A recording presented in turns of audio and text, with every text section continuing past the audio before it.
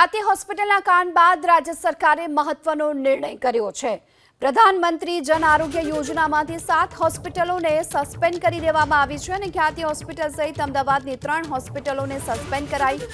સુરત, વડોદરા, રાજકોટની એક હોસ્પિટલને સસ્પેન્ડ કરી દેવાઈ છે। ગીર સોમનાથની એક હોસ્પિટલ પણ સસ્પેન્ડ કરાઈ। સ્પેશિયાલિસ્ટ તબીબને પણ સસ્પેન્ડ કરવામાં આવશે અને ડોક્ટર પ્રશાંત વજીરાની સ્પેશિયાલિસ્ટ તબીબમાંથી તેમને સસ્પેન્ડ કરી દેવામાં આવ્યા છે। આ સાથે 4 જેટલા તબીબોને પણ સ્પેશિયાલિસ્ટ તરીકે સસ્પેન્ડ કરાયા।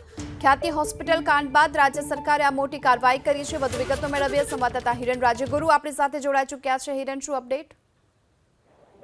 ખ્યાતિ હોસ્પિટલ સહિત કુલ 7 હોસ્પિટલને સસ્પેન્ડ કરી દેવામાં આવી છે। પીએમજેવાય યોજનામાંથી સસ્પેન્ડ કરવામાં આવી છે, જેમાં ગીર સોમનાથની હોસ્પિટલ છે જીવન જ્યોત આરોગ્ય સેવા સંઘ, તેને સસ્પેન્ડ કરવામાં આવી છે।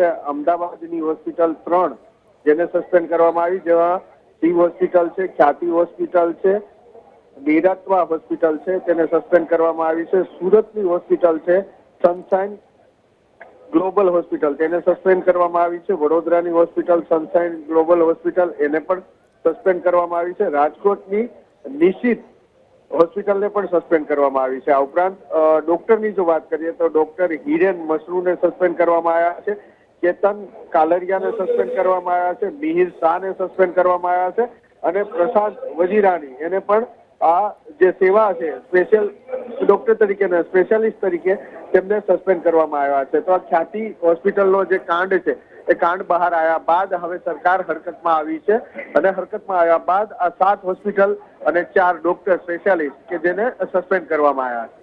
જી, આભાર આપનો આ સમગ્ર માહિતી બદલ। તો પ્રધાનમંત્રી જન આરોગ્ય યોજનામાંથી કુલ 7 હોસ્પિટલો કે જેને બહાર કરી દેવામાં આવી છે, સસ્પેન્ડ કરી દેવાઈ।